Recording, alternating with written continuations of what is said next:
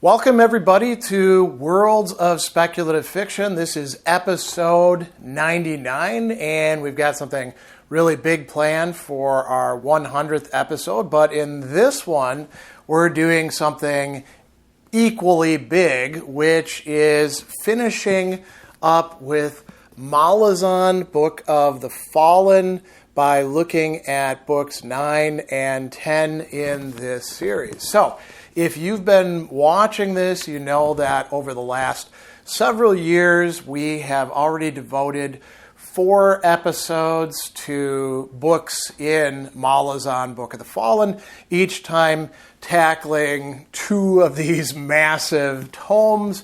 So there are 10 books in the original series. There are some, trilogies that were written afterwards, following up with some of the characters, going backwards in time, going forwards in time. And there's a lot of other things around Malazan. But getting to the end of this is kind of a big deal. Each of the books are about this long and this thick. So this is a massive, beyond epic fantasy series with incredible depth, a lot of different characters. And so we are going to look at Dust of Dreams and The Crippled God. This is Worlds of Speculative Fiction, so we're going to be looking at world building that's involved here, and that involves not just, the geography and the vast time scale, but the cultures, the magic system, all of these sorts of things. So we'll be devoting some discussion to that early on. We don't need to do any biographical stuff because we've already done that a long time ago.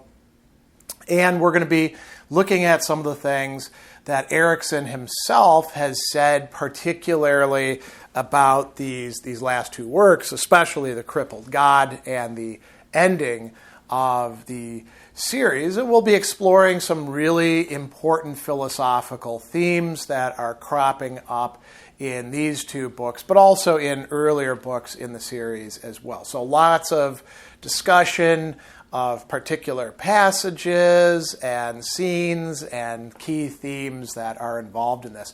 Now, if you are just stumbling into this and you're wondering, whoa, episode 99, Worlds of Speculative Fiction, what is this? This is a series, it's a monthly series. Some months we actually don't necessarily get to it, but we've been doing this. We're now in year 11 of the series. It started out as an in-person meeting where I would come in, and it was an opportunity for me to talk with local people hosted at the Brookfield Public Library about all sorts of interesting series of novels, short stories, and associated things in speculative fiction. So speculative fiction covers a lot of stuff. We've got fantasy, we've got sci-fi, horror, alternate history, even superhero stuff, although we haven't really touched on that, dystopian and utopian literature, and a lot more as well. And so each month we would get together and meet and talk about world building, philosophical themes, the biography of the author if we hadn't already touched on them, what they have to say about their own work, and have a discussion. When COVID hit in 2020, obviously the libraries closed and the series came to kind of a temporary halt. And then we put it online as we have been doing. We recorded all of the sessions previously, and this obviously is a recorded video. So we switched to a different format. This video premieres, and if you look to the side, if you're watching this afterwards, not in the premiere, we had live chat where I was there and we got to converse about these amazing books, the author, speculative fiction more generally. And then, it's open to comments that you can make, and we'll have some engagement that way. And then after the video premiere, we get together on Zoom for a hangout to chat some more about the works, the author, the ideas, and all of that. And we're going to be continuing on with this. As I mentioned, we recorded all of the sessions, so if you have an interest in these sorts of things, you can go back to the playlist. You can go to my Substack, where I actually have an entire page devoted to this with all of the links, and you can find a lot of pretty cool stuff. I haven't covered everybody, of course, because that would be impossible, but there's quite a bit. So for those of you who are new, welcome. Those of you who are not, welcome back.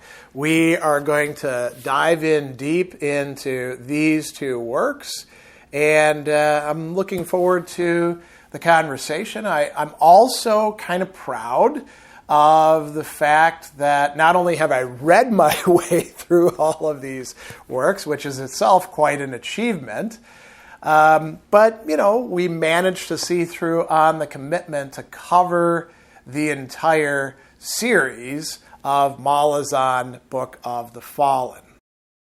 I think the very first thing that we have to talk about with respect to these two books and the larger series would be the world building that's involved. So this will kind of be doing two different things for those who've been following along with the whole march, and I'm choosing that word deliberately, through these 10 volumes. Okay, we're going to be talking a lot about a particular part of this world and what is getting revealed in these 2 volumes here.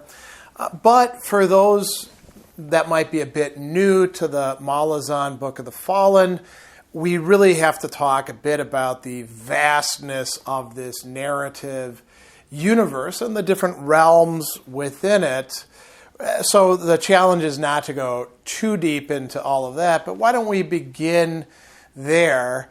I will say, so the Malazan world, we'll talk about world versus universe, the world where the Malazan Empire exists, the world where almost all of the action is taking place, particularly in these 2 books, is something like an Earth that has oceans and vast continents and many different types of people, but it is connected to other realms as well, and so we'll get into that in a bit. The action in these 2 books is taking place mostly on one particular continent, the one that's named after the Letheri Empire, Lether, the continent, but there's many other peoples on there, and the Letheri Empire only dominates the western end of it, we could say. But there is also a good bit going on in one of the warrens, and we'll talk about what those are in just a bit. Think of that as another world outside of the particular earthly world with its own geographic features, forests, cities, all of those sorts of things, where the Tista Andi are from, and we'll talk about them in just a moment. And there's kind of a desperate thing going on in the book, The Crippled God, and there's a sort of journey to get there, which is also a somewhat desperate journey by the people, the Sheikh, who are from the Letheri continent, but have Tista Andi blood. So I've already probably said some things that might be a little confusing for some people. So let's talk about the world. As I mentioned, we've got a terrestrial plane, we could call it, that has a number of different continents. And, we call it the Malazan world in part because it is dominated, at least to some extent. It's kind of funny because there's some back and forth about the Malazan Empire conquered half the world, and then people are saying, oh no, the world is bigger than that. But the Malazan Empire extends over several of these continents. As a matter of fact, it even winds up extending to the continent of Lether, although it's a renegade bunch of Malazans that are carrying out the invasion that leads to the collapse of the Letheri Empire and the starting a new empire back in the previous books. So, you've got a world with many different human peoples. There are two big empires that dominate a lot of these peoples, the Letheri Empire and the Malazan Empire. But the Malazan Empire isn't where the action is in this particular story, but it's an important part of the Malazan Book of the Fallen, obviously. And then you have all of these other peoples, many of whom are human, many of whom are a mix of humans and others, and then there's these other races. So we should talk about that, these earlier races from before humans emerged as essentially the most dominant, I won't say the dominant, but the most dominant race in this particular land. So they talk about the four founding races. There, you might actually say that there's five in some sense, but this is coming from the lore within the stories themselves. The first of these, who we get to see a lot of in both of these books, who we've seen before as sort of antagonist creatures and, creepy undead versions of them, are the Kachin Shamale, who are these reptilian creatures who, at one time were very advanced. They have what are called sky keeps, these gigantic mountains that fly in the sky. They were technologically proficient. They also had their own kind of magic. It's intimated that they did not come originally from the Malazan world, but from elsewhere. And we're going to see that they're actually split into two different groups. The Longtails, who are the ones who we've seen fighting with in the past, but now are going to become part of the protagonists, and the Shorttails, who wind up being on the side of the big baddies by the time that we get to the end of this. And there's been bad blood between them. There was a civil war that was fought. So that's one race. Then we have another who we've seen a few instances of, but haven't played that big of a role until these volumes. And by the end of The Crippled God, they are the main antagonist. Well, at least one of the main antagonists, probably the biggest one. The Folkrul Asai, who are a race obsessed with justice, but not in a good way. Their understanding of justice typically results in wiping people out. And as it turns out, one of the things that they want to do is to harness the heart of the crippled god in order to bring about a cataclysm that will destroy all human beings. Human beings are one of the races that has gotten way too big for its britches, according to the Folkrul Asai. And then we have other races that we've encountered before. The Joghut.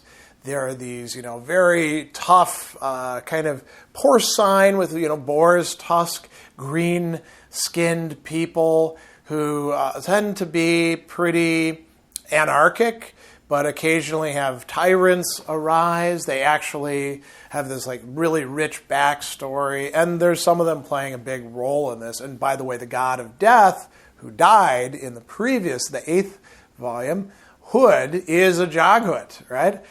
There's some other Joghuts wandering around, and they play kind of an important role in this. Very powerful creatures. Then we have the Imas, and some of them are Tlan Imas, some of them are not. They are much more like us in shape and size. Think of, kind of cavemanish sort of people. They also, when they're not bound by the ritual of Tellen, and they are actually alive, because the ritual of Tellen, they had engaged in that so that they could fight the Joghut, who were, using their powers of ice to devastate the Thlan. They wound up becoming undead and becoming this army that could, last for thousands and thousands of years. Some of them will attain life again, and they are a people who they use fairly primitive technology, but very well, stone, bone, things like that. And they're not only quite tough, but they also feel incredibly deeply. And that is really an integral part of their story. So we've got all of these different races that have bad blood with each other, beef with each other. And we also have another race that was around before, perhaps the original inhabitants, humanoid inhabitants, the Thal-Akai, from whom these are gigantic humanoids who, wind up becoming a little bit smaller in the races that descend from them, like the Karsa Orlong is going to be one of them, but he's still gigantic, right? So we've got all of these different peoples, some of whom have been, pretty cut down and shrunk, we could say. Some of whom are doing a lot of fighting still. And they're all living within, in different parts of this vast world. So if you've got that, now you got your head wrapped around it. Well, no, there's more. Because there are also other races that are coming from other places. So there are actual dragons, the Elaint, and there's literally thousands of them, many of whom are the true original Elaint. There's even a dragon that is made out of this anti-magical substance, Otterall, who is chained, who is kind of the antithesis to them, who winds up being unchained. And we see all sorts of things happening with that by the end of the story. And, there's even the chance that the original mother of dragons, Tiam, will be manifesting out of chaos by the end of the crippled god. It starts to take place. So lots of titanic cosmic forces. And then we have the races of the Tista. So one of these is black-skinned, essentially immortal except if they are killed by some sort of action or decide they want to die themselves. The Tista Andi, the children of Mother Dark, living in their warren originally and then emerging into this world in a variety of ways. Some of them are quite famous. Animander Rake, who died in the previous volumes. Massively important character. Silkus Ruin, among others. And many of them are what are called Solataken, which means that they can veer into the form of other things, typically dragons, right? So, and there's also human Solataken. We won't go into that too much at this point.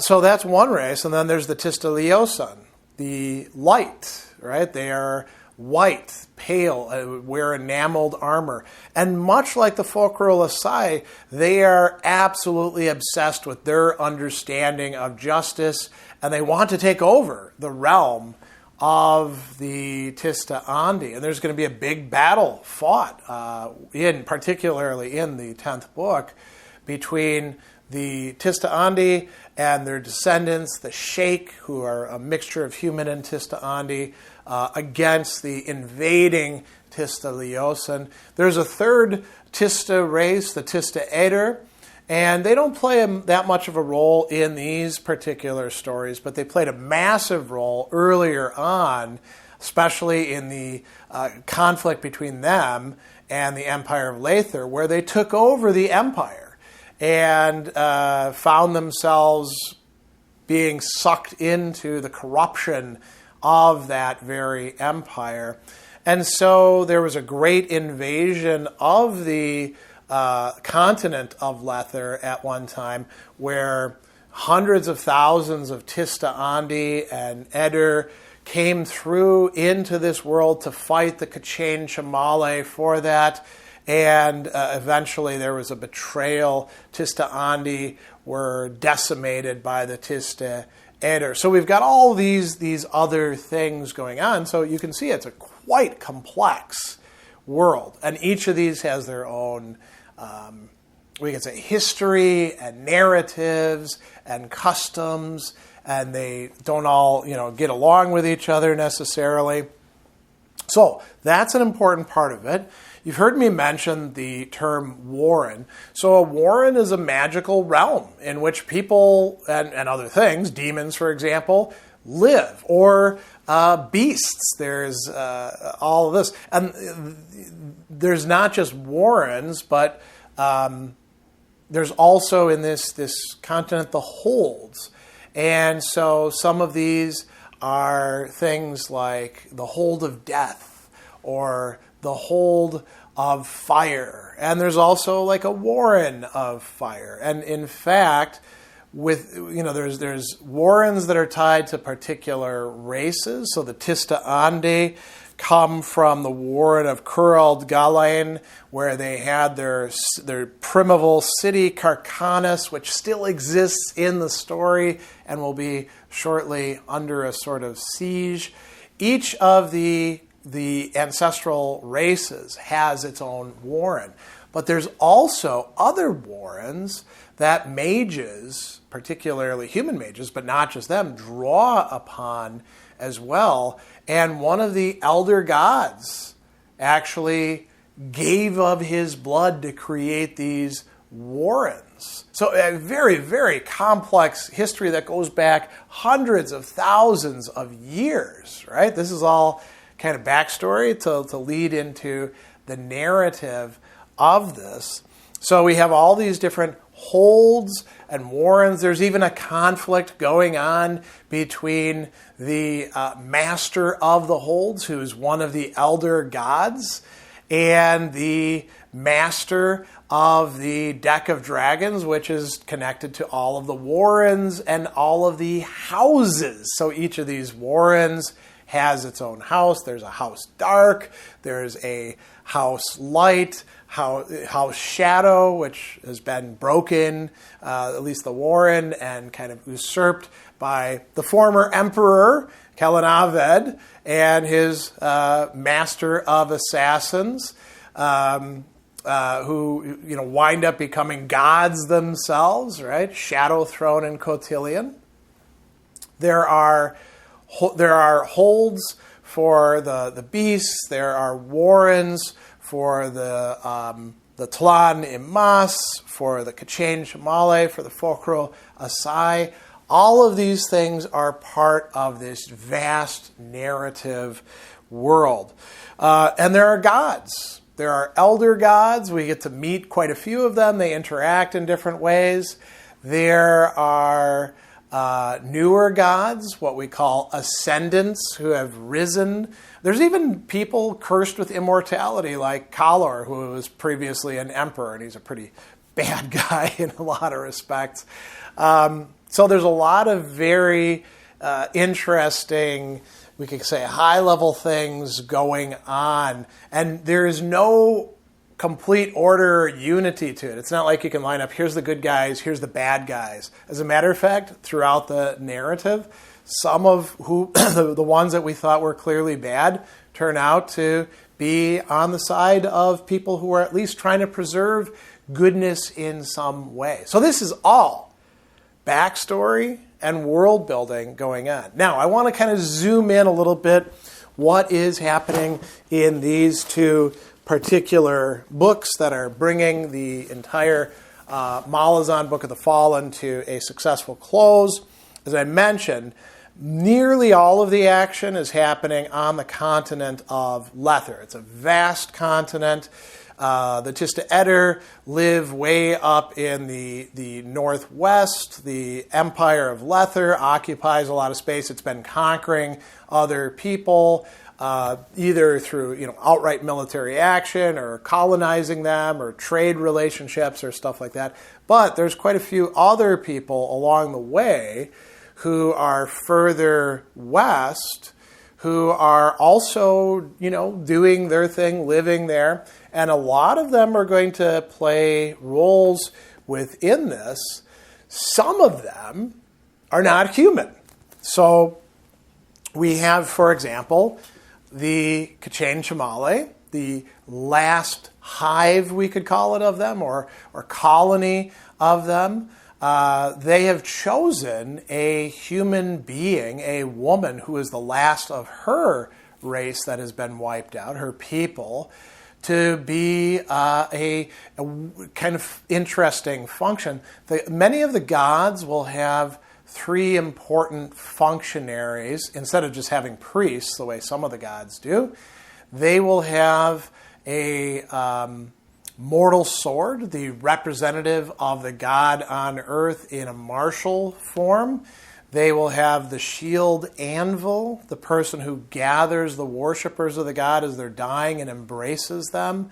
And they will have the destriant. And by the way, these are all sort of made-up titles that Erikson came up with on his own, but they play an incredibly important role within this economy of magic, gods, human beings, and all of these sorts of things. The K'chain Chamale decide they need a human destriant who they pick, and then she is supposed to find and pick a mortal sword and a shield anvil, who wind up being two Malazan Marines, Gessler and Stormy, right? And they're kind of unusual guys. They've been through a warren that changed them in important ways, gave them some serious powers. But they're leading the K'chain Chamale, this incredibly old race, right? And they're out there in the wastelands doing that.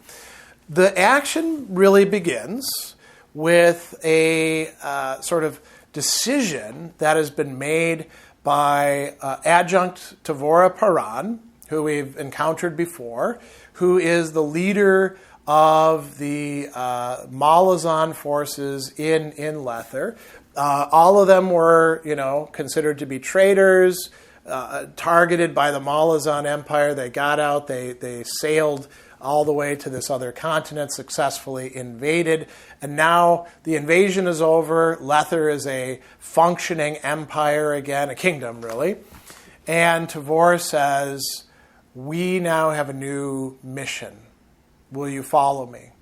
We're going to go into the wastelands, and we're going to go beyond the wastelands. And I can't tell you exactly what we're going to do. And her troops follow her, even not comprehending and sometimes grumbling a lot about it.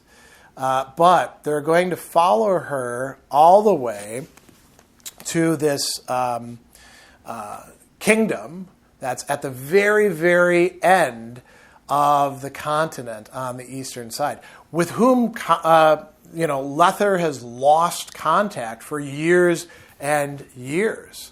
Kolance.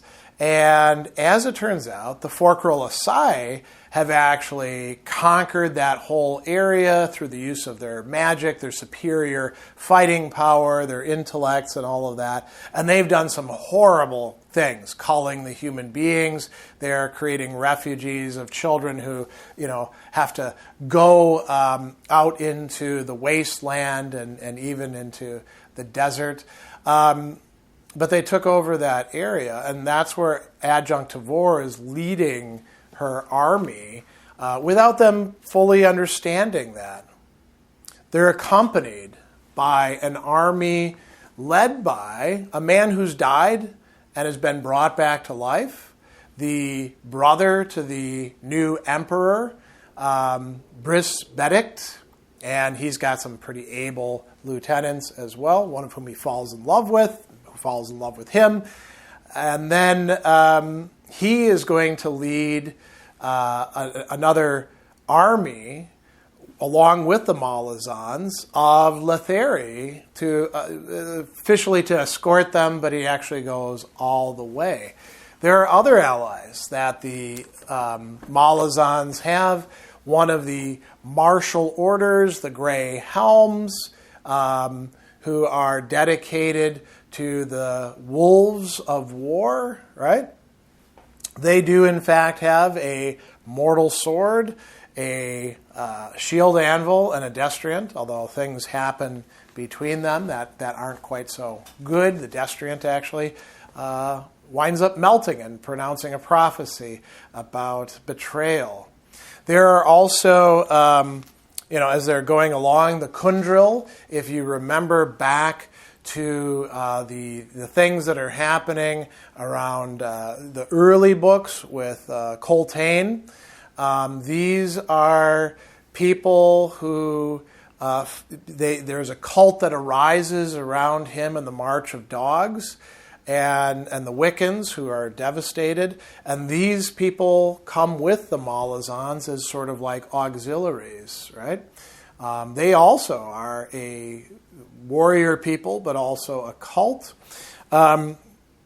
We get the Bargas, the white-faced Bargas, who are originally from that continent, had been on another continent, that of Genebacus, and come across. And there's all clans of those, most of which will wind up being devastated in one way or another, but some of whom are going to fight until the very end.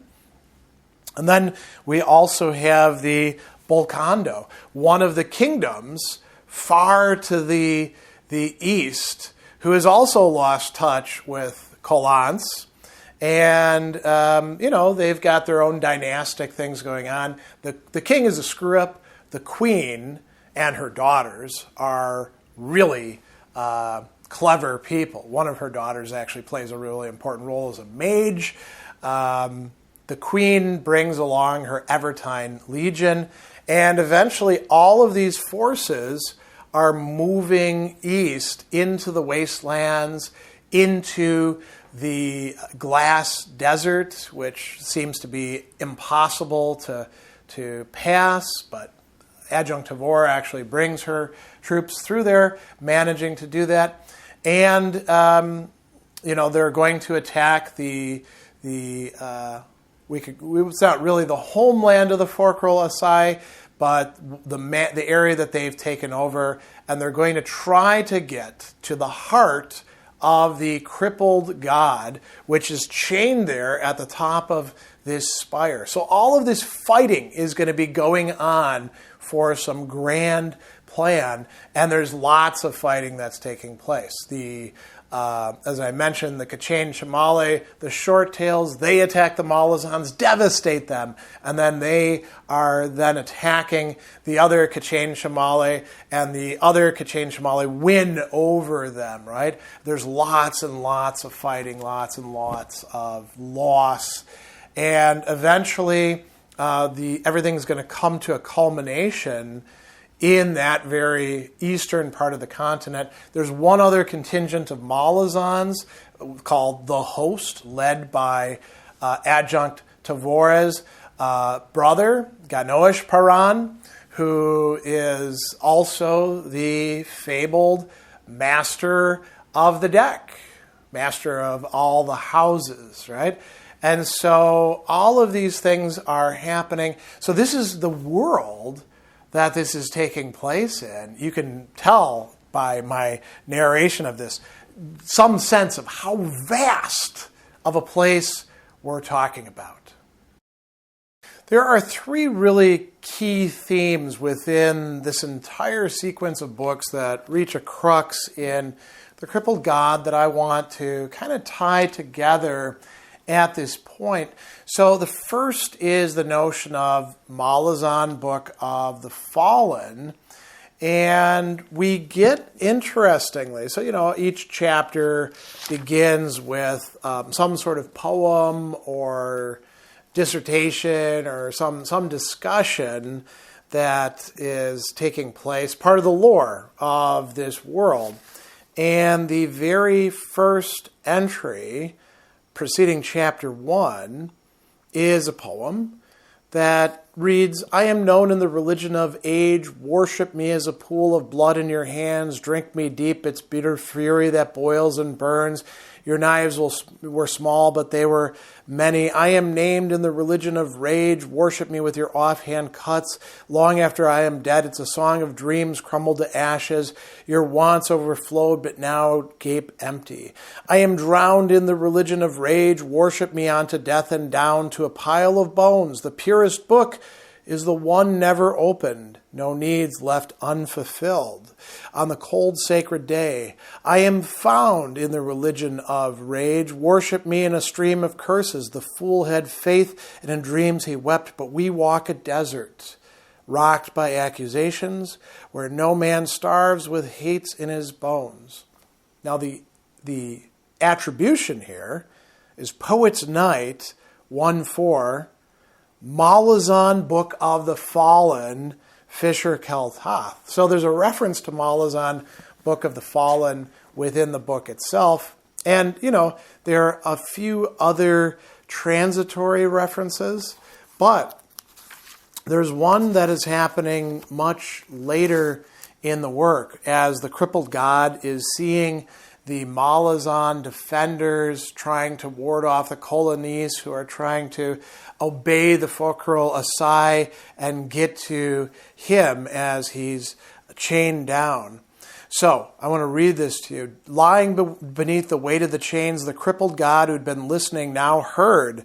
Long forgotten, half-disbelieved emotions rose up through him, ferocious and bright. He drew a sharp breath, feeling his throat tighten. I will remember this. I will set out scrolls and burn upon them the names of these fallen. I will make of this work a holy tome, and no other shall be needed. Hear them. They are humanity unfurled, laid out for all to see, if one would dare look. There will be a book, and it shall be written by my hand. Wheel and seek the faces of 1,000 gods. None can do what I can do. No one can give voice to this holy creation. But this is not bravado. For this, my book of the fallen, the only God worthy of its telling is the crippled one, the broken one. And has it not always been thus? I never hid my hurts. I never disguised my dreams. I never lost my way. And only the fallen can rise again. Now, he doesn't write the Book of the Fallen. Instead, Steven Erikson does, of course. And these are just two of the, 10 volumes in the Book of the Fallen. We get to participate through the characters, through the plots, through the world building, through the themes, through all the things that Erikson is weaving together in seeing this world of the fallen, those who do, in fact, fall. And fall sometimes just out of chance, things didn't work their way, but often are falling to accomplish something important. Now, there's another theme that I think ties in with this that connects directly to adjunct tavore. And it's that the notion of being witnessed or unwitnessed. We are witnessing through Malazan, Book of the Fallen, these imaginary characters and their lives, and we are being changed and by them if we're attached to them in the story. We grieve them when they die. We celebrate them when they triumph. We listen to their thoughts as they exchange them with each other. And we hope for them as we're reading along. I want to bring up two other passages from this work that tie in with this notion of witnessing. So one of these is from a interaction that is taking place between Stormy and Gessler as first sword and shield anvil of the Kachane Chamale, and the Imas who are gathered there with Onos Tulan, the first sword. And they're talking about the crippled god being a stranger to them all. And they're deciding what they're going to do, right? So we get this interesting discussion going on. So Onas Tulan says, what do you seek on that spire, Gessler of the Malazans? The heart of the crippled god. Why? Because, Stormy replied, we want to free him. He is chained, we know. Onas Tulan said nothing for a moment, and then, you would defy the will of the gods? Fast as spit, Stormy said. Why do you wish to free the fallen one? When Stormy retreated, Gessler shifted in the scaled saddle and said, Hood, take us. We want to send him home. Home. The word very nearly drove Onas Tulan to his knees. Something was roaring in his skull. He had believed it to be the sound of his own rage, but now he could sense a multitude of voices in that cacophony, more than the unfettered thoughts of the Tlani Mas following him, more than the still distant conflagration that was the otteral dragon in the Alent.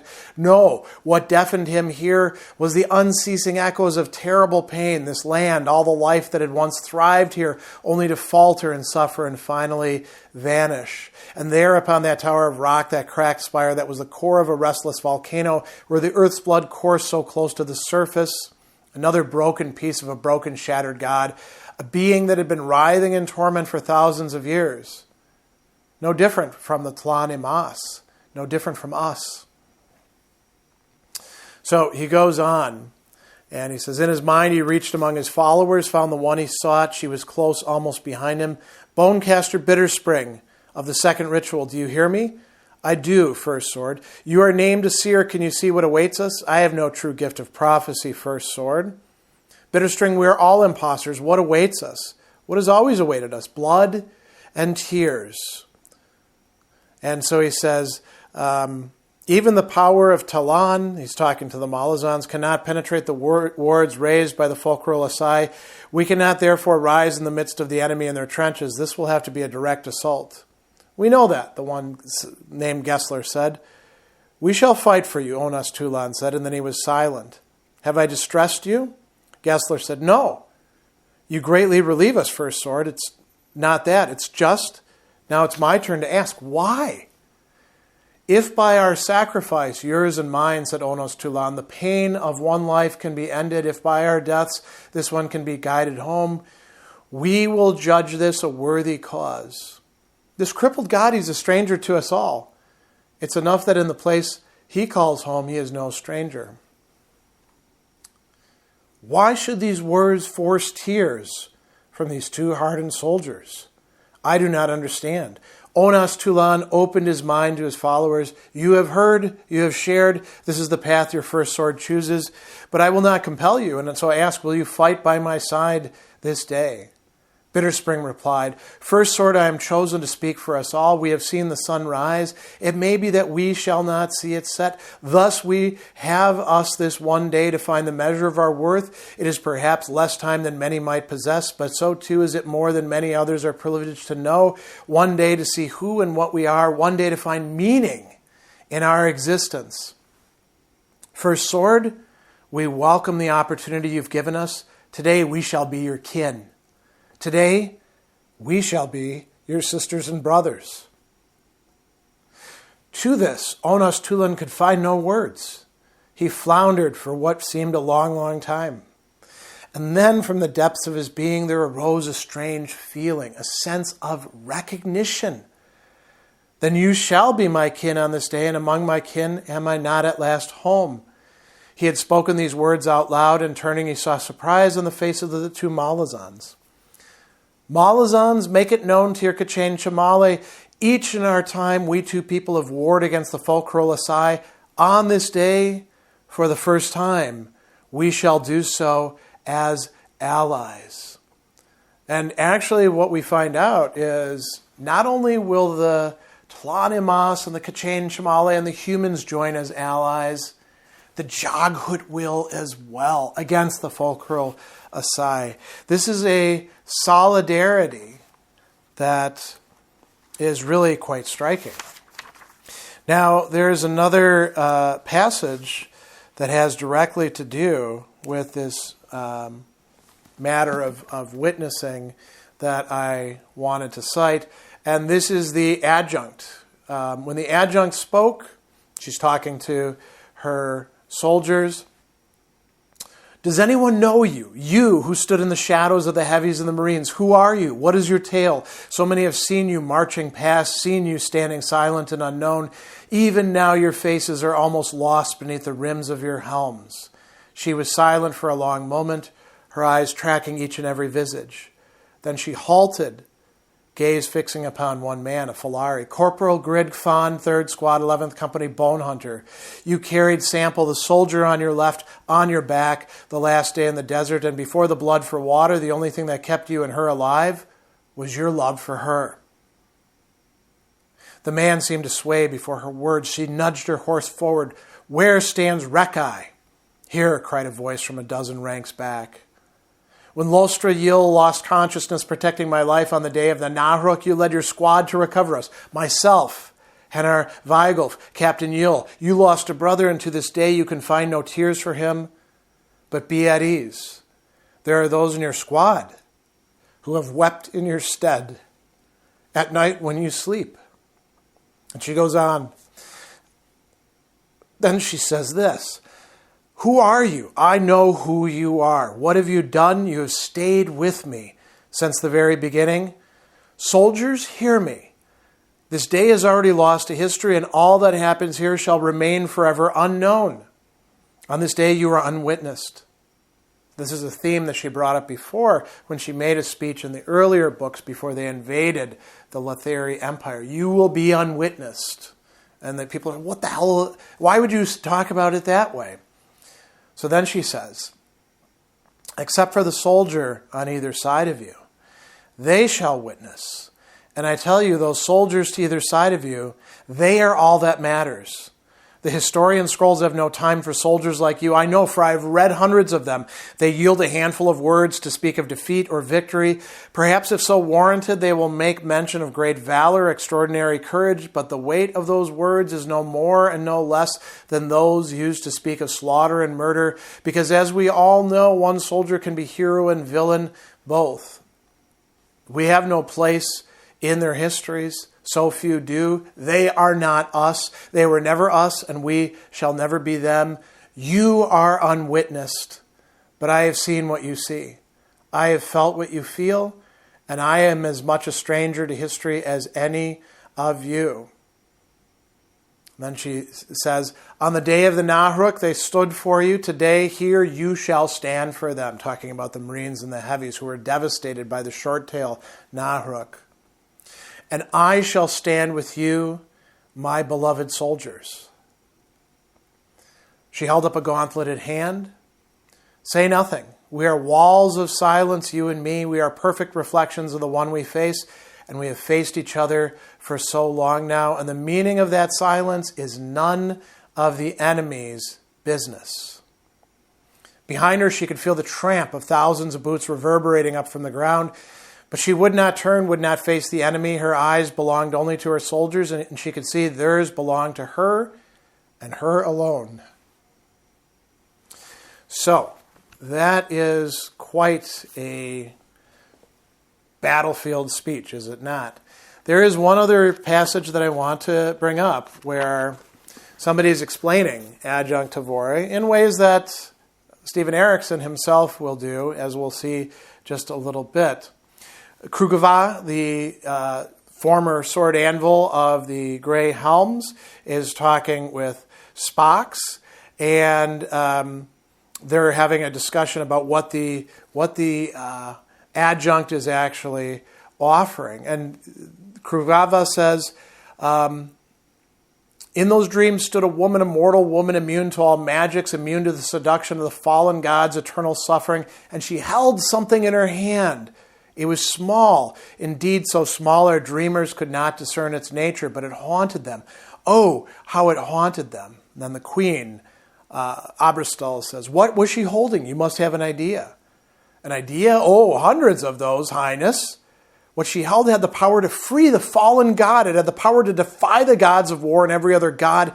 It has the power to crush the life from vengeance, from retribution, from righteous punishment, the power to burn away the seduction of suffering itself. Can you imagine such a thing? Spax leaned back. I've seen her enough times. I see nothing in her hand. Krugava set the cup down. That is not a mirror, but oh, how I wish it to be one. Aberstall says, in the moment you stood before, was there not doubt? Was there not even a single instant of uncertainty? And she says, no, there was not. And they go on. Aberstall says, there was something there in her hand. Your seers saw it, Krugavava. They saw it. You must find out what it was. For all of us to do this, to do as she bids for us, Krugavava, you must find it. And then Krugavava says, but I know what it is, Highness. In this moment I have found my answer, and I see how I have watched it weaken, how I have watched its light fade from the world. You see the adjunct's desperation. Oh yes, she is desperate. We are too few. We are failing. That precious thing she found, she paid a price for it, and that price is now proving too high for her, the bone hunters, for us. And what is it? So there's some discussion about reflections, but I'm going to jump ahead to what it is. So, Aberstall says, I believe your conviction that Tavor saw you the same way in those precise terms is itself an article of faith. This place of despair you now find yourself is entirely of your own making. Krugavava shook her head. I have watched it weaken. I have watched its light fade from the world. I have seen her desperation. We are too few. We are failing. That shining thing there in her hand, it is dying. Tell me its name, Aberstall whispered. This argument of yours, you name one side faith and another despair. Speak to me of what she holds, this failing, dying thing. Spax turned to Aberstall in surprise. Why, Firehair, do you not know? That which fades from the world? Its name is compassion. This is what she holds for the fallen God. This is what she holds for us all. And it is not enough, Krugavava whispered. God's below, it is not enough. So, compassion, witnessing, the book of Malazan, a Malazan book of the fallen, these are all intimately tied together and brought together in these final two books, which Erikson says is really one novel in two parts. When we're fortunate enough to have direct statements by an author about their own work, whether it's the process or the planning or the obstacles they encounter or, deep metaphysical and moral reflections, as in the case of Steven Erikson, on what's going on in Malazan Book of the Fallen, I think we'd be remiss not to go through some of that and check it out. So I have a few selections from the very many interviews that he's given just in print. He also is very active in podcasts and YouTube, giving great insight about stuff. So I've picked out 4, let's call them venues, that I want to focus on here, and I think all of them are going to provide us with some interesting insights and, food for reflection and topics for conversation. So the first one is an interview with Owen Williams, who asks him, are you relieved to have reached the end of the Malazan Book of the Fallen, sad, ecstatic? And Erikson says, well, mostly relieved. The final 3 months were ones of crushing pressure to deliver on my promises, the ones I made to readers and the ones I made to myself. There was plenty of anxiety as I edged closer to certain scenes that had been living in my head for years. Could I pull them off? Was I good enough to translate what I saw and felt onto the page? These worries haunted me line by line. When it was done, I was empty. Let's pause on that for a moment. So that's very interesting to read. I mean, this is a massive series with so many different plot points, things coming together in intricate ways. I think it's refreshing to read that Erikson was like, I'm not suffering from imposter syndrome, but if you ever did, for a thing this monumental, it would kind of make sense. So then he's asked as well, how do you work? Do you have a strict routine as an author of a popular epic series? You're sometimes lumped in with George R.R. Martin. Now, this is from a long time ago. It's been 5 years since his last installment, and yet you produce a colossal and extremely complex novel once a year.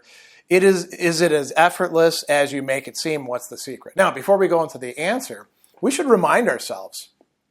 So, Song of Ice and Fire, at this point, is still only 5 books, and each one of those books is, depending on how you're doing the pagination, about the size of one of the Malazan Book of the Fallen. So Erikson was able to produce roughly one of these a year consistently. Song of Ice and Fire started out with some good impetus behind it, and then it took longer and longer and longer. So here's what Erikson has to say. No secret. You start with the commitment, the conviction you're meant to do this and nothing else. So prioritizing that. Then you maintain a strict regimen of disciplined engagement. I write 4 hours a day when I'm working on a story. I don't do word counts. I don't do page counts. If I get a paragraph done in those 4 hours, or if I write 12 pages, either is fine with me. As part of my routine, I reread and edit what I wrote the day before starting on fresh stuff. I write linearly, starting on page 1, no cut and paste, no reordering of chapters. My notes are sparse and usually involve lists of the characters who will be in a particular scene. Other notes refer to details and to aid in description, but these are generally scattered through all my notebooks. The key is maintaining momentum and keeping alive the sense of immediacy in every scene, not rushing through to get to the next one, which might be more fun. It's down to respecting each character on the page in front of you and giving them their time. They all matter, if only to themselves. Now, I think that takes a really interesting turn because we're getting all this stuff about, discipline, got to follow through, make it your top priority. That's all great. Absolutely makes sense. I find that myself inspiring. I'm not a narrative writer. I write philosophical work, but I find that inspiring for thinking about my own projects, right? But then he talks about giving each character what it is that they deserve. And now we're not talking about somebody who has, a few point of view characters. We're talking about somebody who has literally hundreds of point of view characters, and they're interconnected with each other. That's quite a commitment on his part. Finally, in this interview, he's asked, people often die in the stories, but when they die, they rarely end. Does that chime with a particular philosophy or belief of yours? And Erikson says, sure, you can't keep a good man or woman down. In all honesty, no, it's not to do with any particular belief, just consistent with the blurring of realms in the Malazan universe. Just as gods are active in mortal affairs, so too the dead never quite leave. Philosophically, you could say I'm stating that the dead never leave us, and they don't. They live in our memories. And for all those well and truly lost to our memories, well, that's sad and indeed tragic. They existed. They had lives, loves, hopes, fears, and aspirations. Some left a mark, most didn't, but still they live on in our genes and the details of our faces. The great gift of fantasy as a genre is it can take a metaphor and make it real. And this is something that we reflected on a little bit. This is Malazan Book of the Fallen. And where do these characters actually exist? Well, in the books, in the imagination, at first only of Steven Erikson, and now all of us readers for whom these characters became so alive, and then many of them died, right?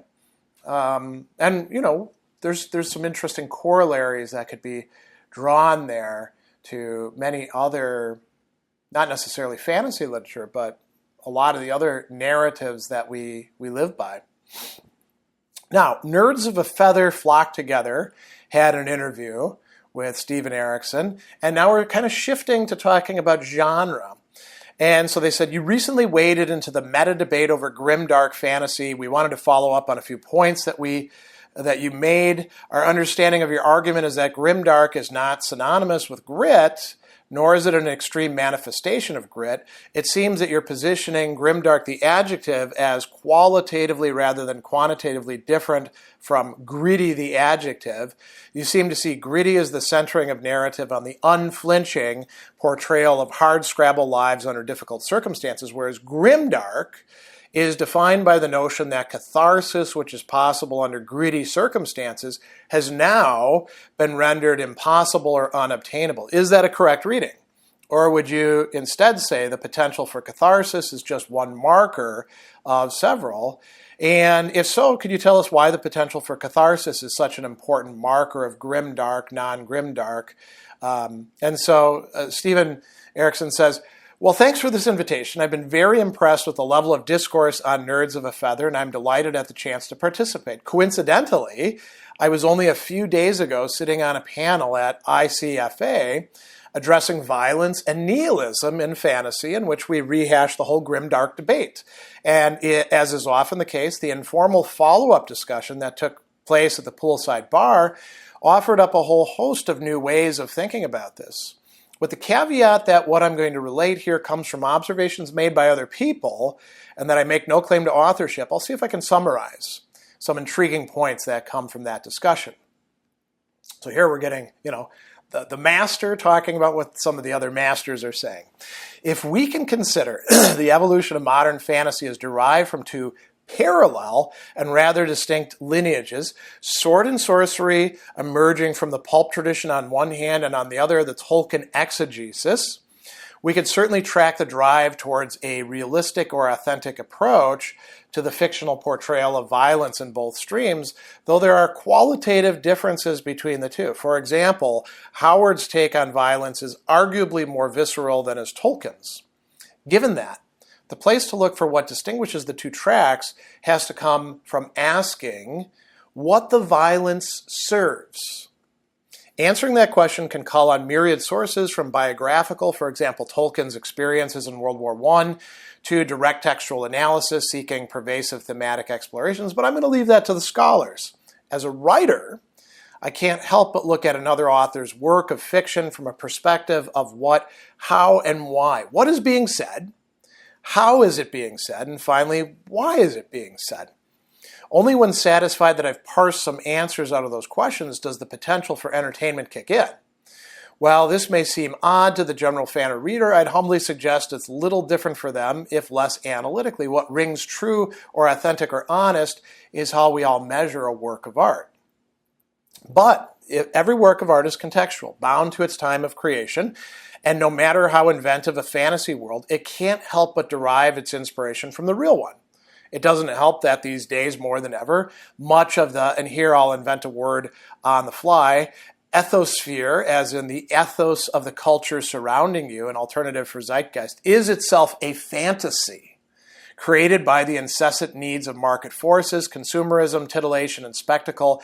And this is why in my own essays on grimdark, I drew on the culture of modern action films, superhero films, and the like to suggest that we're seeing the fantasy genre is no more or less than a delayed and not particularly original reflection of that ethosphere of nihilistic, sociopathic violence so prevalent in modern action flicks, which likely derive from the non-fictional ethosphere in which despair, random violence, and mass destruction seem so prevalent. Now, I want to pause on that for a moment. Not only is it cool that he's coining a term, right, but he's also suggesting that, okay, we've got fantasy literature over here and other types of fantasizing, in popular culture, comic books, with making Batman dark and, killing the Joker or things like that. But the world we live in is a world largely of fantasy as well, right? Let's back up a moment to what he said here. Much of the ethosphere, as in the ethos of the culture surrounding you, is itself a fantasy created by the incessant needs of market forces, consumerism, titillation, and spectacle. We might think of the political culture wars of our time as largely a fantasy that people are engaged in, which doesn't mean there's not real stakes, but it is involving fantasia, imagination, right? And, getting appearances or impressions of things.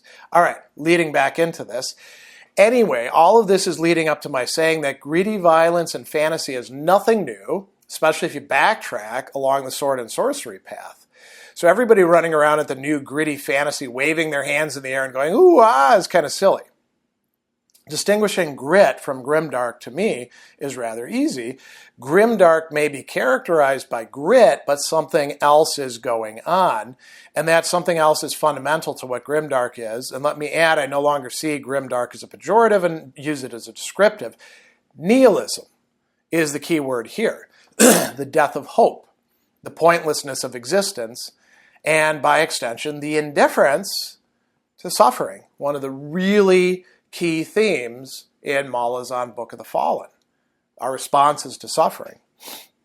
So he goes on and says, if we as authors are all driving towards authenticity, we still have to ask introspectively, what are we really saying here? But let me emphasize, this is a neutral question. If the author, having asked that question of him or herself, then answers, hope is dead, and so is God, and nothing in this world means a thing, so F it, they have the right to do so. There are moments in the lives of many of us when we may think precisely that. There are moments when despair simply overwhelms. These are genuine moments. They are authentic. Accordingly, many of us have written works that years later make us cringe.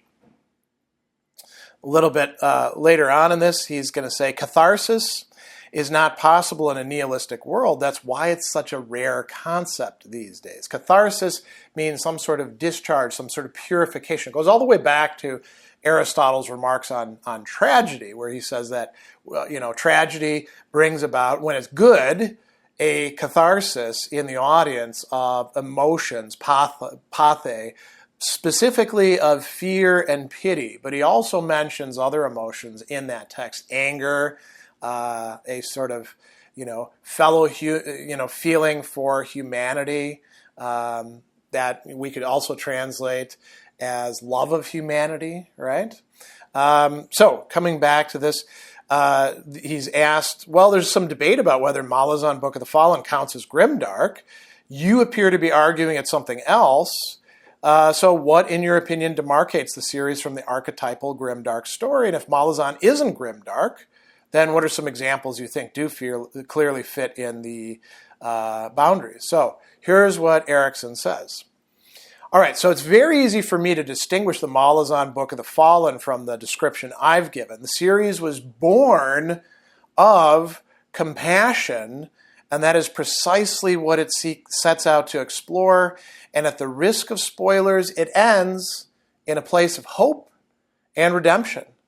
But none of that would have any resonance without an adherence to some form of authenticity, and the conveyance of authenticity is a product of craft more than anything else. It comes from the use of details, touching on every sense, smell, touch, taste, sight, sound, in a way that immerses the reader as much as possible in that created world. It comes from characters who feel real, living in a solid physical world, and who occupy an internal landscape we can recognize, and who may walk the steps we've walked, think the thoughts we've thought, and feel what we've felt. Detail can be seen as synonymous with grit, but again, grit is merely descriptive. Finally, the Book of the Fallen adheres quite deliberately to a structure of tragedy, and as such, catharsis is implicit and exists for the characters in the tale, even as it is offered to the reader, which I suppose is what makes it postmodern.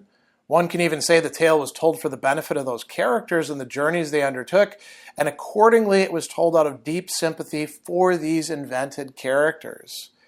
Again, emphasizing I'm using grimdark as a descriptive, not a pejorative, I'd suggest that both Abercrombie and Lawrence are writing grimdark.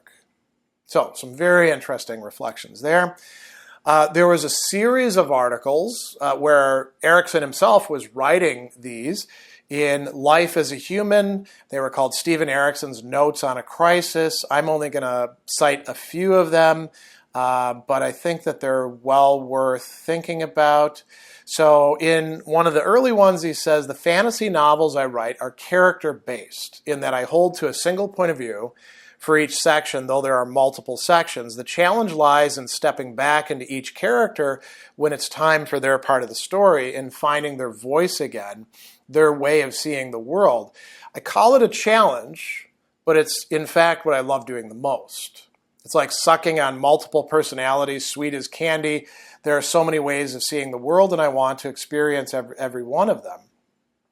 Anyway, extrapolating this pattern is how I write, within a scene, from section to section, from chapter to chapter, from novel to novel. When the narrative infers something linear, as in the advancement of time in a sequence of events, in fact, the narrative loops back on itself again and again. And each time it returns, the timbre of that resonance has changed, sometimes subtly, sometimes fundamentally. Okay, so that's a good explanation of what happens in this. Now notice what he says next. And think about, the grim, dark remarks and comparison to other epic fantasy authors. I read somewhere that Scott Bakker has recently complained I'm repeating myself in my series, but he's missing the point. It's more that I return again and again to particular themes from as many perspectives as I can. Maybe it still rates as a flaw in my writing, but it's also my whole point in writing. Forget the conceit of hunting for the right answers. Let's start with trying to find the right questions, themes, right? Personally, I doubt I'll ever get past that stage. For me, the more ways I discover of looking at something, the more humbling the whole exercise becomes. Think you got the answers? Sorry, I don't believe you, never will. Now, I'm going to jump ahead to one where he talks about theme specifically. He says, a theme is not a position, not a political slant, not an agenda, just as a work of honest fiction is not propaganda, polemic, or didactic diatribe. What theme is, among other things, is an area of exploration. And exploration is a journey into the unknown, one that breaks down and discards preconceived notions. Exploration involves courage and determination, often verging on the obsessive, as many historical accounts of past explorers will attest. Your enemy is the unknown, your fear is the unknowable, and the peace that follows only comes when the fear goes away. Note I do not mention wisdom, since as far as I can tell, wisdom is another word for world-weary exhaustion, and every wise word uttered is born from bitter experience, and upon hearing such words, one chooses to either take heed or not. Accordingly, bitter experience breeds anew with every generation. I have, continuing on, written about ruthlessness before, the force that must be turned not only on a work of fiction or art in general, but also on oneself, upon one's most cherished beliefs. If I hadn't, well, there it is. Agendas that survive their iteration in fiction are, to my mind, evidence of failure, specifically the author's failure. They wrote about how they want it to be, not how it is. That brings me, at long last, now he's going to talk about a particular theme here, to my portrayal of the Empire of Leiber, starting in the 5th novel in the Malazan sequence, Midnight Tides. The reason this subject is on my mind is that, once again, I've been asked in a Q&A whether that empire and its political and economic system was intended as a commentary on the United States. Each time I'm asked this question, my response is no. So let's take this as definitive. There were 2 major themes in that novel. The first being about siblings and the journeys made by 2 sets of 3 brothers, right, the Tista Eder, and the second being about inequity. It's likely that one would have to go back to the Paleolithic to find a human society not structured by inequity, and that's debatable given the social characteristics of our nearest relatives, chimpanzees and gorillas. Without question, the agricultural revolution early on, which established sedentary civilizations, went hand in hand with the creation of a ruling elite and emerging class system. The crust needs sludge to sit on, and the more sludge there is, the loftier the crust. Maintaining this system is made easier by inculcating the notion that the best rises to the top and the opportunities always exist for it to do just that, although one could argue these latter notions are more recent manifestations. Certainly the slave or serf in antiquity would need to step outside the law to achieve wealth and comfort. I set out to explore inequity. As an aside, I've traveled through socialist countries and fascist countries, and guess what? Shit smells like shit no matter which flag you stick it in. And one thing Midnight Tides taught me was that once a certain system of human behavior becomes entrenched, it acquires a power and will of its own against which no single individual stands a chance. Every social construct now in existence among humans is founded on an inequity of some sort. People of one political persuasion or worldview will tell you it's some kind of natural order and hereby justify whatever cold-heartedness they harbor. Others on the opposite end will decry the evidence and call for a leveling of humanity devoid of individuals. Both have had their day in history, and any popular pitch at present is, as far as I can see, a minor blip on the screen. We're nothing if not headlong. Themes can hurt. They can cut deep inside. There's a reason why the subject is often taboo in writing workshops. Themes, that is. Stripping back the facade can reveal unpleasant things, and the next time someone asks me if the Empire of Lether was a direct riff on the United States, I will say no and mean it. It's not just an allegorization. It's a theme, right? Now, coming back a little bit earlier in that series, and talking specifically about this book, The Crippled God, he says, in the writing of The Crippled God, the last novel in the Malazan Book of the Fallen, the players are burdened beneath a vast weight of helplessness. Is it any wonder? The great thing about fantasy literature, and perhaps all literature to some degree, is you can take characters, people, from this world and transplant them to another, and in the process give them the one thing they don't have in this world, power. If I had simply transposed the plight of refugee children in the Sudan into the Malazan world and left them as powerless as they are in this one, then in effect, all that I am doing is exploiting their existence. I am borrowing their tragedy for the sake of fiction. If, however, I empower them, give them a voice and a will that won't be denied, I'm asking my reader not to turn away. And if I work hard at imagining their moment-by-moment existence, I am telling myself the same thing. This could be attacked as facile on my part, as if, after all, if I really cared as much as I seem to be saying here, why am I not over there saving the lives of children? Fair question. I'm afraid I know myself too well and my tendency to feel things too deeply. Now, notice what he says here. Touched on via the Tlan Imas. And that is a theme that we see with this particular fantasy race. They feel things so incredibly deeply. And where did Erikson get that from? From himself. He is, in this respect, one of the Imas. And those of us who also feel things quite deeply can certainly relate to that. All right, back to what he says. I can imagine my wearing myself down to nothing trying to save lives, only to eventually put a bullet in my own head. Over the years, I've learned to put on armor to protect myself, but for all that it inures me to external dangers, it does nothing for what's going on within that armor. And for that, I need a way out for what I'm feeling, and that way out thus far has been my writing. And that is self-serving. But without it, I wouldn't be here right now. Not a chance.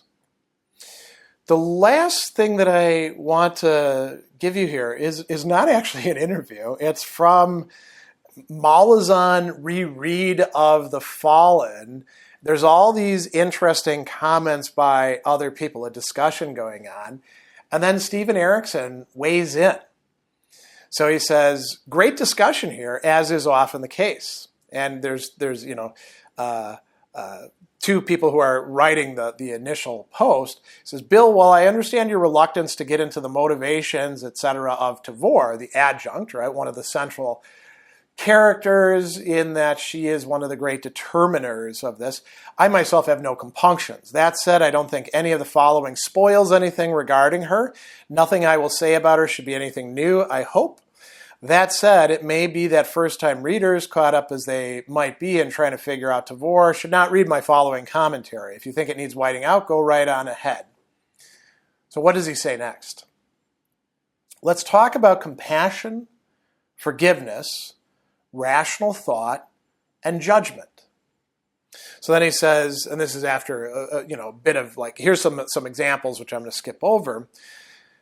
We build rational constructs from the flimsiest of evidence. In lieu of knowing, we rush to judgment and we bring our own world, our own life into the equation, and from this emotions burgeon. It's satisfying to judge someone. There's that rush of superiority, that savage glee that's both delicious and dirty. And who knows? Given the chance, we might put a fist into a face or two. If we're not inclined to violence, we delight in seeing justice done either in law or something more ephemeral like karma. But in that absence of knowledge, judgment has a way of escalating, climbing exponentially in the mind on a rising tide of emotions, and should we be suddenly, irrevocably proved completely wrong, we might end up feeling something of a fool or an idiot, or we might get belligerent and reject the evidence in order to keep riding those emotions. Drama, film, TV, book, stage, plays out those scenarios, and good drama plays them out with subtlety, and as witnesses to this little play, these scenes of comeuppance, we become in our own way arbiters of justice all over again, this time once removed, where our emotions are plucked and strummed by what information we are given as audience. And most of drama depends, in fact, on that tension between knowing and not knowing, or half knowing, that scene where a wife thinks her husband is cheating on her, only to discover he's taken a second job to pay for a new house or vacation or whatever. All right.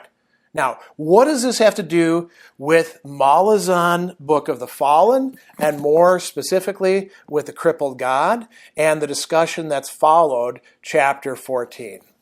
I'll try this by working my way outward from the novel.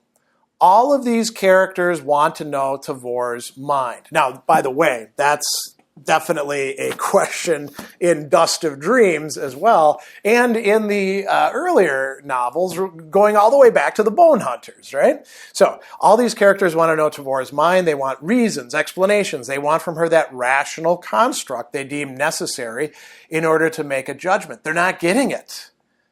This leaves them to their own devices, or more precisely to their internal landscape, which some fill with hope, others fear and suspicion, while others build a scaffold and start knotting the rope for the noose, and every strut and beam, every post and step is perfect in its rational explication. There in that inner landscape, it stands strong, sturdy, and undeniable in its purpose. The builder stands there in his own mind as judge and executioner, and that's a powerful pair of roles to assume, isn't it? There's no point in arguing the distinction between compassion and forgiveness when, despite many chiming in to explain the difference between the two, the initial poster on that subject seems either unwilling or incapable of understanding it. Forgive me if that sounds harsh, but I do consider my position here. On the basis of that conflation of two very distinct terms, I am accused of some kind of sleight of hand, some kind of bullying hard sell with respect to the crippled God. Well, without an understanding of the difference between compassion and forgiveness, someone might well conclude that. And there stands the scaffold in that inner landscape, but alas, it has no connection with reality. It's a construct founded on false premises, and not one I will be meekly dragged to. The rope slipped over my head and the night tightened at my neck. Sorry, not going to happen.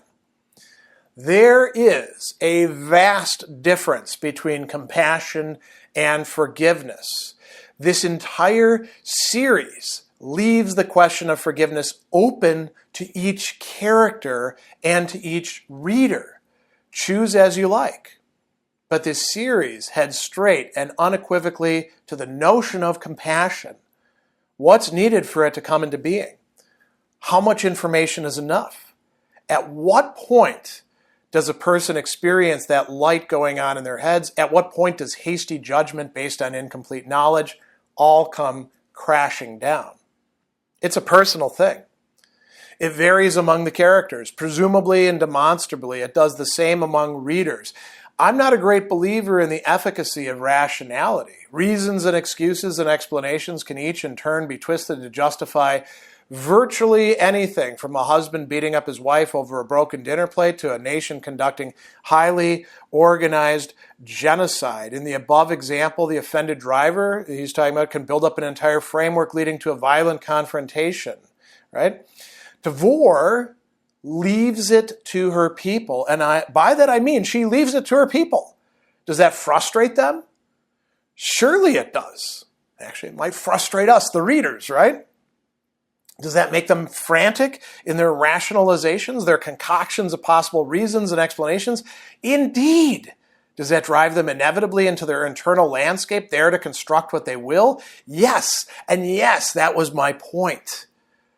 What's the relationship between compassion and forgiveness? To answer that, first one needs to comprehend the difference between the two, and then the only possible answer I can offer up via the 10-volume series is this. It's personal.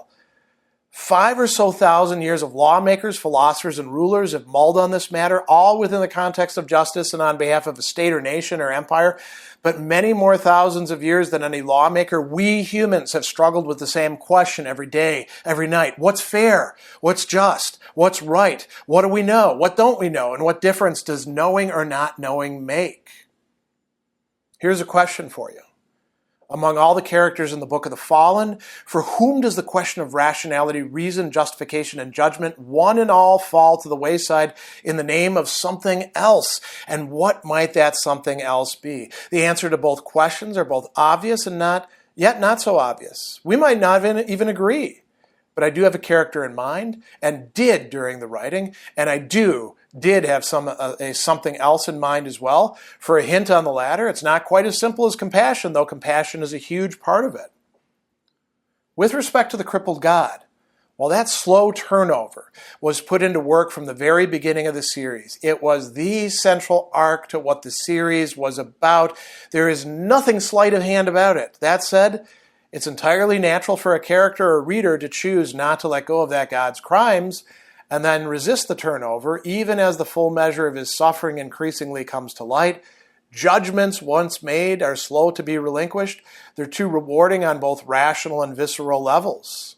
That's fine, I get it. In fact, in many ways, for the conflicts inherent in this series, I depend on it, as drama will do. That's why Tavor gives you nothing. Gives them nothing. Not Blistig, not Kindly, not Fiddler, not Banashar, not anyone. You might even say I did her a terrible disservice. I piled on both character and reader expectations till she had a damned mountain on her shoulders. But then I might counter, Tavor was my stand-in. No? Is there a more succinct way of putting this? Maybe. How about this? She gives you nothing in order to give you everything. So back to the question, which character gets it, has always gotten it. A hint, the timing is prescient. So what a revelation there. The series is fundamentally about compassion, but all these other concepts that are tied together, illustrated through the lives of characters, working through massive themes in a plot of incredible complexity. But it always comes back to the human. And I got to say, this is something, if you were to say, hey, I'm going to write a series in which this is going to happen, it would be difficult to see how to pull that off. But not only did Erikson pull it off, he brought it together in these concluding novels of Malazan, Book of the Fallen.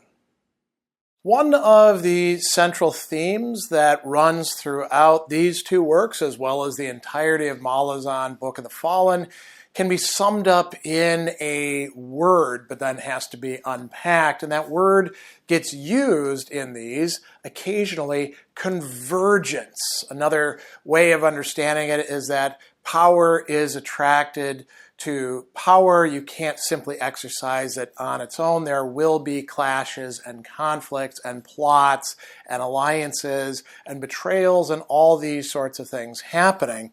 And just to put it in scope, there is one particular passage from The Crippled God that I think could be useful for getting our heads around the scope of what's happening here.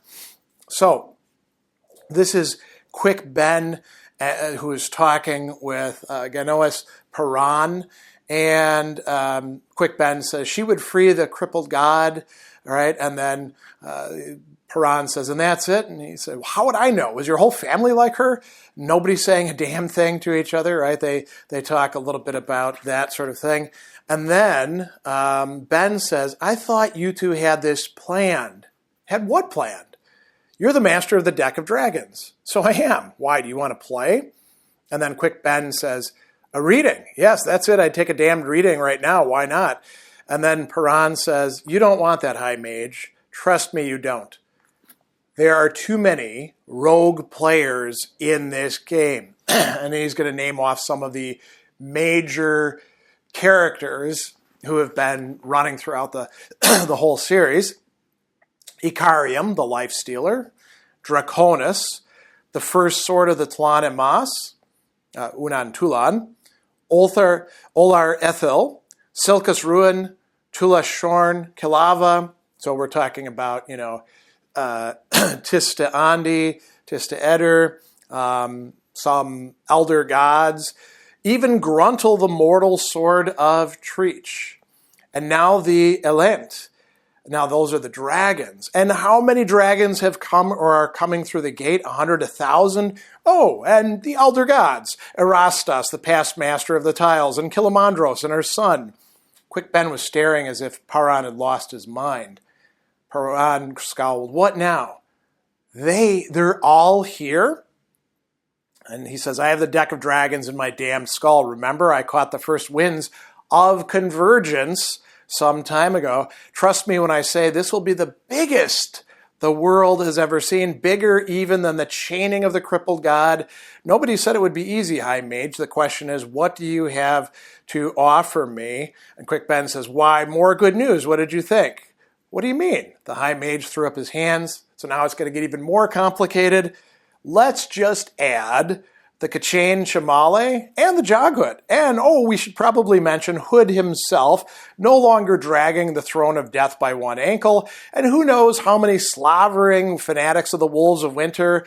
And what about the crippled god himself? Will he go quietly? Why should he? If I was him, even if you showed me the inviting door at the far end, I'd be slicing throats all the way down the corridor. I'd have damn well earned the right to as much vengeance as I could master, right? So there's all these things going on, right? And here's one other thing I'll mention too from this passage. So we've gotten depictions of really awesome military leaders, and Paran is saying this about his sister. Think of all the great military leaders, Dasam, Coltane, Kaz, Dujek, Greymane. I would put my sister against any of them, gods below against all of them, right? So really interesting reflections there. There's a lot happening here. We can't possibly cover all of it, but we can give you some sense of the enormity of what's happening in this story. So we get this interesting discussion early on, still in Lether. Quick Ben again is involved and is talking to the king in the presence of an elder god, Bug, male, right? And he says, the situation is probably temporary. The reading of the deck of dragons seems to have illuminated a structural flaw in the fabric of reality, a wounding of sorts. It seems, sire, that someone very powerful attempted to impose a new structure on the already existing warrens of sorcery. That was a Carium, right? And he says, so Briss Beddick says, High Mage, can you explain these warrens, which seem so central to your notions of magic? And we're getting a little info dump here. Unlike the sorcery that prevailed on this continent until recently, magic everywhere else exists in a more formalized state. The power so raw here is elsewhere refined, aspected, organized into something like themes. And these themes are what we call warrens. Many are accessible to mortals and gods alike. Others are, and he glanced at Bug, elder. Some are virtually extinct or inaccessible due to ignorance or deliberate rituals of sealing. Some, in addition, are claimed and ruled over by elements either native to those warrens or so fundamentally related to them as to make the distinction meaningless. And so then he says, this is King Tehol, if I understand you, High Mage, the realm that Tista Eder called Curl Emerlund represents one of these warrens. Aye, Quick Ben responded and hastily added, sire. The Tista warrens, and there were 3 that we know of, are all elder. 2 of them, by the way, are no longer ruled by the Tista. One is virtually sealed. The other has been usurped. And how do these warrens relate to your deck of dragons? The High Mage flinched. Not my deck, sire. I assure you, there's no simple answer to your question, right? And Bug says, the High Mage's knowledge is most impressive and uncannily so. And they're thinking about whether the wounds to these things can be healed or not. So we go on a little bit further, and here's something that's coming up in the Kachain Shamale talking with their destriant. And they say, there is no single God. There can never be a single God. For there to be one face, there must be another. The Netruk did not see it in such terms, of course. They spoke of forces in opposition, the necessity of tension, right? Should a God exist alone, it would come to comprehend the need for a force outside of itself. So there's always this constant generation of more stuff.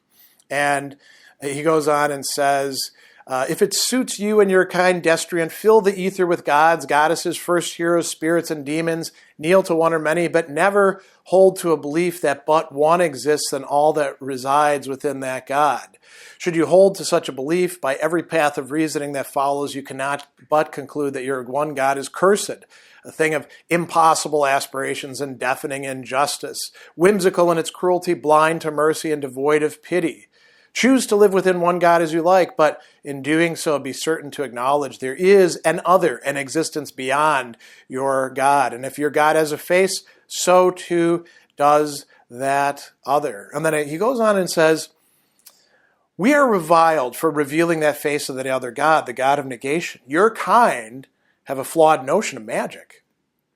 You cut the veins of other worlds and drink the blood, and this is your sorcery.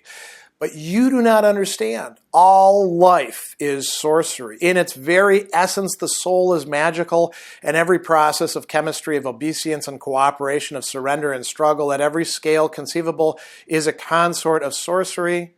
Destroy magic, and you destroy life. When we kill magic. Consider the magnitude of that crime if you dare. All right? So then they begin talking about the Oteral dragon, the negation of magic. Much later on, we get another conversation going on. Actually, I'm going to skip over this one to jump into another one. This is between Torrent and the elder goddess who reveals something about herself, Oler Ethel, who he thinks is just, a old Salon Emas. And she says, you're a fool. You don't have any idea what I am. And as we find out, she's half Talon Emas, half Elant a little bit later on. So she says, for my ancient blood ran every stream of Solitaken and Divers. In my blood, it was but half Emas, perhaps even less. I am old beyond your imagining, warrior, older than this world. I lived in darkness. I walked in purest light. I cast curses upon shadow. My hands were chipped stone. My eyes spawned the first fires to huddle round. My legs spread to the first mortal child. I am known by so many names I've forgotten most of them. And she goes on and says, so many names. Iran Ishel, mother to the Eresel, my first and most sentimental of choices. Rathavan to the Forkrol Asai, so one of the ancient races. Stone bitch to the Jaghut. I have had a face in darkness, a son in shadow, a bastard in light. So the three main things. The Andi. I have been named the mother beneath the mountain, Ayla Alale, who tends the gardens of the moon, forever awaiting her lovers. I am Burn, the sleeping goddess, in whose dreams lie flowers unending, even as these dreams twist into nightmares. I am scattered to the very edge of the abyss, possessor of more faces than any other elder. Now, is she actually being truthful here? Not exactly, because as we're going to find out, she isn't actually all of these things. But it's giving us a sense of, the scope of this again, all right? The errant later on is talking with Oler Ethel. These elder gods are having, conversations with each other. And so Erastus, male is there as well, says, the gods are gathering against the fallen one. They don't want to share this world. Nor, it seems to you. We never denied any ascendant a place in our pantheon, male. Really? The errant bared his teeth. Was there ever the risk of running out of mortal blood? Our children betrayed us by turning away from that source of power, by accepting what Krull, the creator of the Warrens, the new Warrens, did by opening up his veins, right? And they turned away by accepting what Kroll offered them, and then they denied us our rightful place. So then Seychelles asks, well, where is he, Brother Kroll, and the sister of cold nights? What of the wolves who ruled this realm before humans even arrived? Did you reach some private decision, Erastus, not to invite them? Kroll deserves the fate awaiting the gods. His was the cruelest betrayal of all. One could never reason with the wolves. I've long since given up trying. Leave them the beast throne where they belong, right? And then Oler Ethel says, none of you understand anything. Things are coming back, rising. The stupid humans have not even noticed. Cholera understood. He saw Silver Fox for what she is. Do any of you think the time of the Tan Emas is over? Though she made a youthful error in releasing the first sword, I have forgiven her. I have seen to his return. And what of the Joghut, a race that's supposed to be dead, popping up like poison mushrooms? So comforting to believe they're incapable of working together, but then lies can prove very comforting, right? And we also read about, what if I told you that 5,000 humans carrying the blood of the Tista Ande are now in the gates of dead Carcanus, right? So that's all of these things that are happening that are being revealed. And speaking of them, we talk now about the shore and the people who are there as descendants of the Tista Ane, right? And we read here, this is a conversation between brother and sister who are going to be massively involved in the fight against the Tista Leosan. She says, this is the true border. It's that and nothing more. The first shore is the shore between darkness and light. We thought we were born on this shore, but that cannot be true. This shore destroys. And Yedin says, this was a gift to no one. Look into the water, sister, right? And then he says, why are there so few Leosan? Why is the power that is light so weak in all the other worlds? She says, if it wasn't, we would all die. There would be no life anywhere at all. And then we read, I have no answer to that, sister, but I think that Mother Dark and Father Light, in binding themselves to each other, in turn bound their fates. And when she turned away from the Tista Ande, Father Light turned away from the Tista Leosan. He had no choice. They had become forces intertwined, perfect reflections, right? And so that's going to be an important thing. Then they talk about shadow, right? Shadow is everything we've ever known. Indeed, it is everywhere. But it was destroyed, she says. Yes, shattered. Look at the beach. These bones, they belong to the sheikh. We were assailed from both sides. And that any of us survived at all is a miracle. Shadow was first shattered by the legions of Andi and the legions of Leosan. Purity cannot abide imperfection. In the eyes of purity, it becomes an abomination. And she says, shadow was the realm of the Ader. It has nothing to do with us. And then he says, our own very bastard get.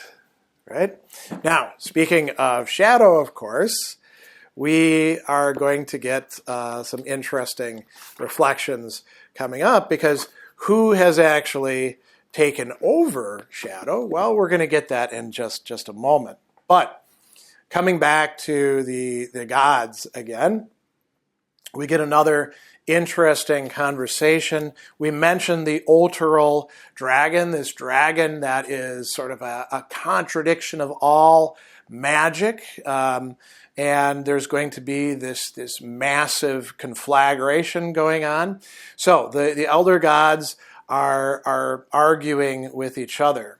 And Kilimandro says, now that she's free, the Elint, the other dragons, must kill her. They have no choice. Their power is magical, and Korobas, that Ulteral dragon, will kill all that magic depends upon.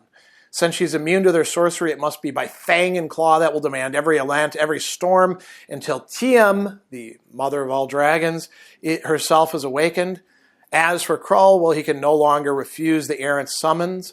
He was the one who harnessed the chaos of dragons in the first place. And Erastus says, they have to kill her. And Kilimandro says, well, if they truly kill her, then the storm dies. But you knew this, or at least guessed the truth.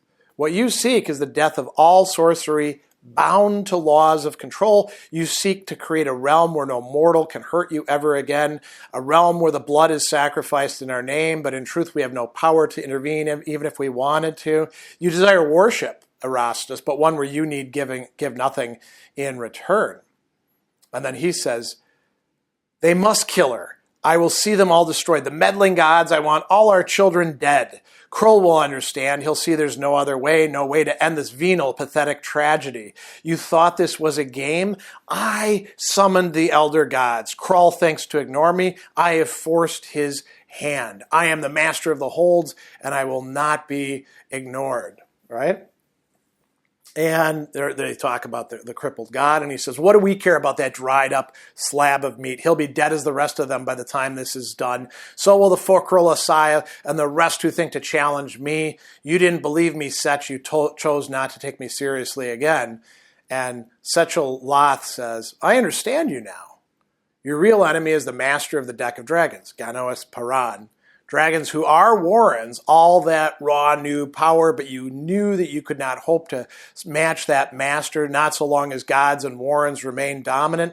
So you devised a plan to kill it all, the deck, the sorcery of the dragons, the master of the gods. But what makes you think that the holds, these other earlier forms of magic, will somehow prove immune to this eye of abnegation? And Erastus says, because the holds are elder, you fool. It was Krull's bartering with the Elent that made this whole mess, that brought the Warrens into the realm, that forced order on the chaos of the old magic. Krull's conniving that saw one dragon selected among the Grand Clan, chosen to be the Negator, the Oteral, while the others would chain themselves to other aspects of magic. They brought law to sorcery, and now I will shatter that law forevermore. Right? So all these different factions at odds with each other, right? And some are trying to undo magic itself, or to make it reconform to different things. We have a metaphysical and moral conflict with many sides going on in this.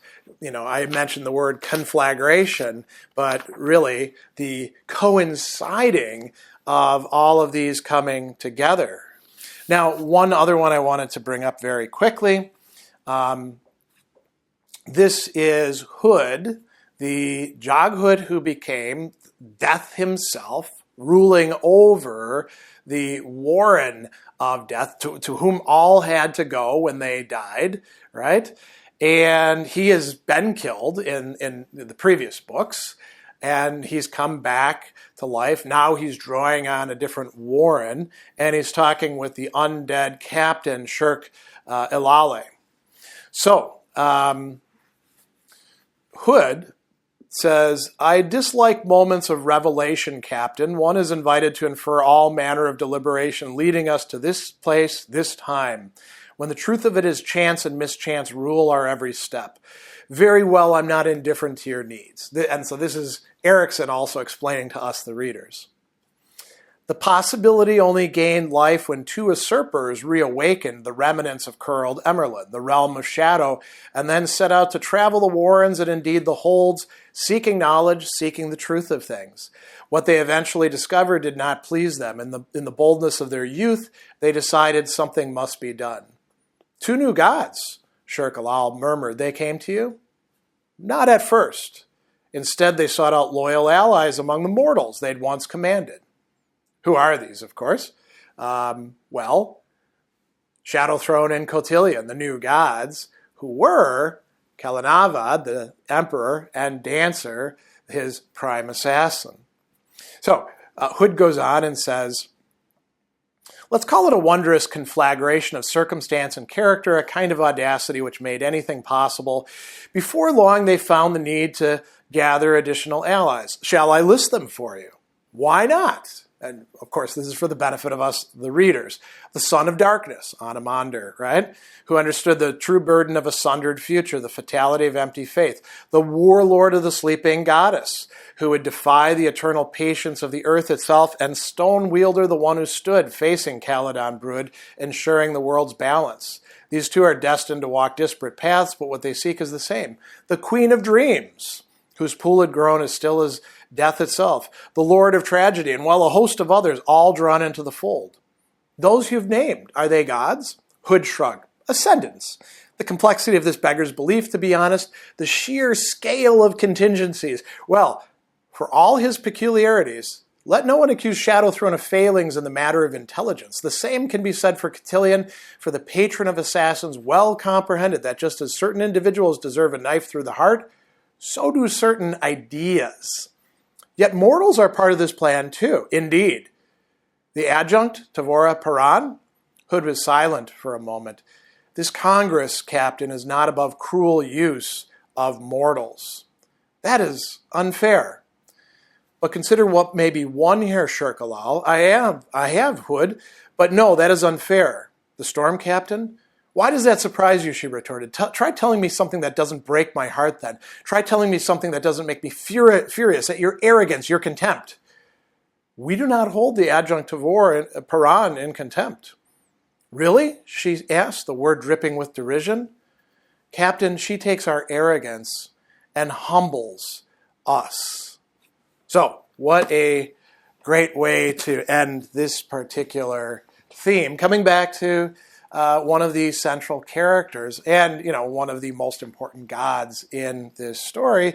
And so we see this, convergence happening, and that's essentially what the Book of Malazan, Book of the Fallen is driven by.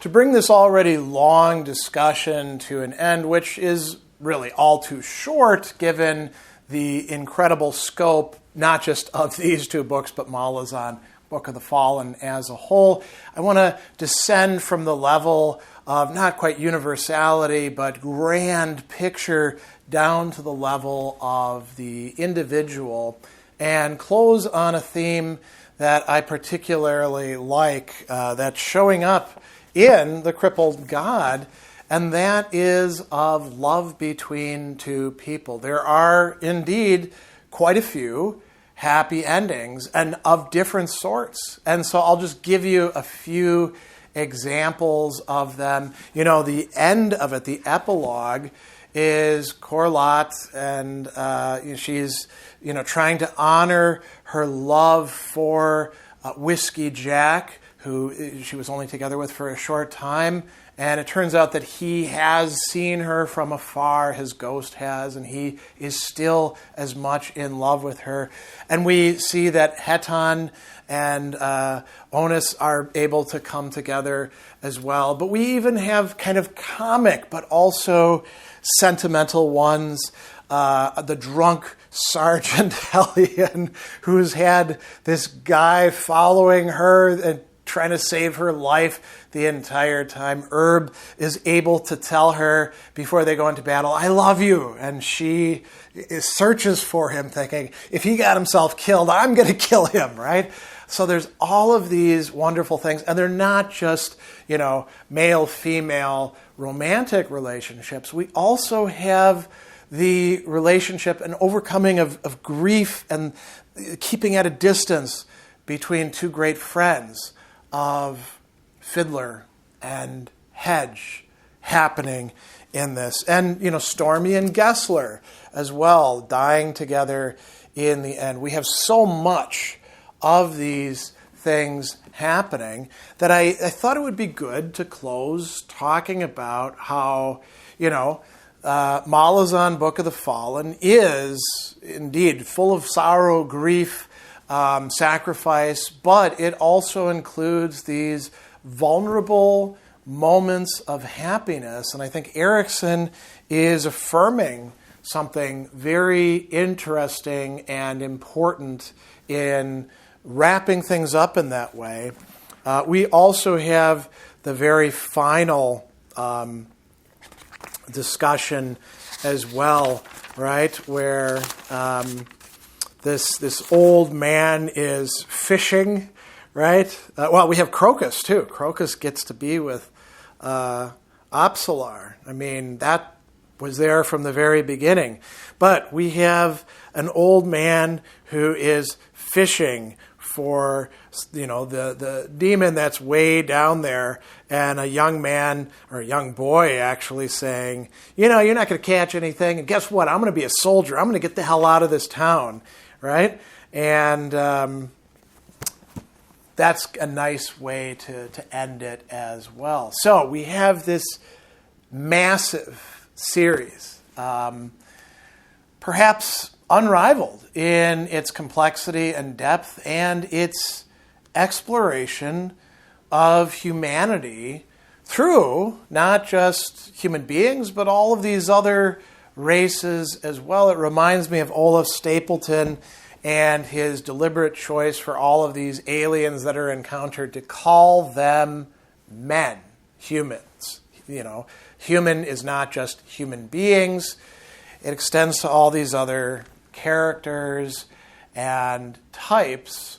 And Erikson has accomplished something pretty incredible here in stepping for a while into the lives of these characters and fleshing them out for us in this incredibly complicated narrative universe that is there in Malazan, Book of the Fallen, and not completed entirely in those 10 books, because, of course, his friend Esselmont is also writing, but Erikson goes on to write additional works as well. But this is where we will end with our 5th installation of discussion of Steven Erikson's Malazan, Book of the Fallen.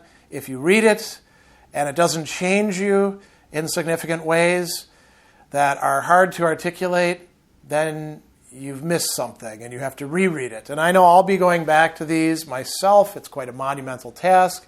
I'll be going back to them myself down the line in the future, but I want to just sort of let it sink in what it is to have read it through for the first time.